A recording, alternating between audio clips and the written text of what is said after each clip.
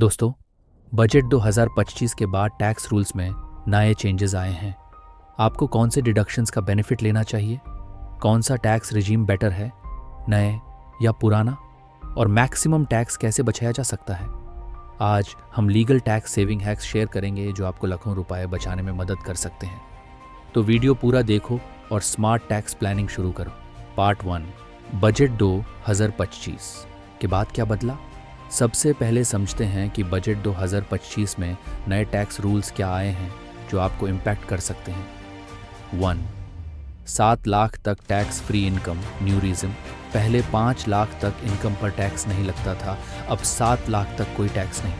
अगर आप नया टैक्स रिजीम चूज करते हैं तो 7 लाख तक पूरा टैक्स फ्री है। इसे पिछली वीडियो में हमने TDS क्या है के बारे में बताया है, आई बटन पर जाके देखें। 2, स्टैंडर्ड डिडक्शन 50,000 सबको मिलेगा। पहले सिर्फ ओल्ड रिजीम में था, अब न्यू रिजीम में भी 50,000 का डिडक्शन मिलेगा। 3, सेक्शन 80C 1,50,000 डिडक्शन। सिर्फ पुराने रिजीम में LIC, PPF, EPF, school fees, home loan principal, ये सब डिडक्शंस सिर्फ पुराने टैक्स रिजीम में अवेलेबल हैं। 4, होम लोन इंटरेस्ट 2 लाख का बेनिफिट। अगर आपका होम लोन है तो पुराने रिजीम में 2 लाख तक इंटरेस्ट डिडक्शन मिलेगा, पर नए रिजीम में नहीं। 5, मेडिकल इंश्योरेंस डिडक्शन 25,000, 50,000। अगर आप हेल्थ इंश्योरेंस लेते हैं तो सेक्शन 80D के अंडर 25,000 सेल्फ एंड फैमिली, और सीनियर सिटीजन्स के लिए 50,000 तक का बेनिफिट है। बजट 2025 के बाद कौन से रिजीम में टैक्स कम लगेगा, ये समझना ज़रूरी है। पार्ट 2, नया वर्सेस पुराना टैक्स रिजीम क्या बेस्ट है। अगर आप टैक्स बचाना चाहते हैं तो कौन से रिजीम में जाएं। नया tax regime simple slabs 7 lakh तक टैक्स फ्री, लेकिन कोई डिडक्शंस नहीं। अगर आप ज़्यादा इन्वेस्टमेंट्स नहीं करते तो ये बेटर हो सकता है। पुराना tax regime LIC, PPF, EPF, home loan interest, health insurance जैसे बेनिफिट्स मिलते हैं। 1,50,000 80C, 50,000 स्टैंडर्ड डिडक्शन और 2 लाख रुपए होम लोन इंटरेस्ट का टैक्स बेनिफिट मिल सकता है।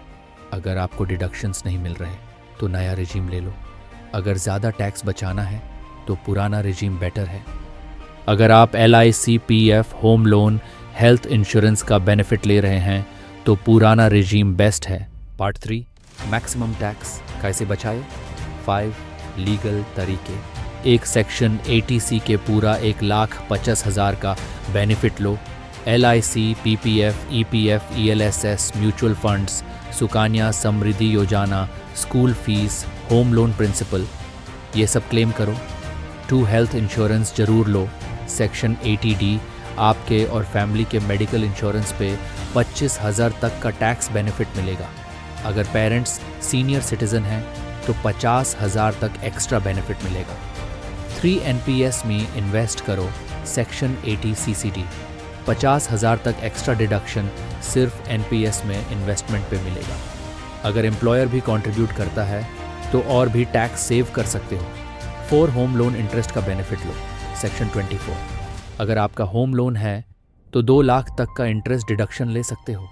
अगर आप नए घर के लिए लोन ले रहे हो तो अफोर्डेबल हाउसिंग का एक्स्ट्रा बेनिफिट भी मिलेगा। 5, रेंट पर टैक्स बचाओ, HRA बेनिफिट। अगर आप रेंट पर रहते हैं तो HRA डिडक्शन का पूरा बेनिफिट लो। अगर आप सेल्फ एम्प्लॉयड हो तो सेक्शन 80GG के अंडर भी रेंट का बेनिफिट मिलेगा। अगर आप इन सब टैक्स सेविंग हैक्स का सही तरीके से यूज़ करते हैं तो आप लाखों रुपए का टैक्स बचा सकते हो। दोस्तों, बजट 2025 के बाद स्मार्ट टैक्स प्लानिंग ज़रूरी है। TDS वाली वीडियो ज़रूर देखना। आप नया या पुराना टैक्स रिजीम कौन सा चूज़ कर रहे हैं, कमेंट में बताओ। लाइक एंड शेयर करें ताकि और लोग भी टैक्स सेविंग टिप्स सीख सके, और नए फाइनेंस अपडेट्स के लिए सब्सक्राइब करें।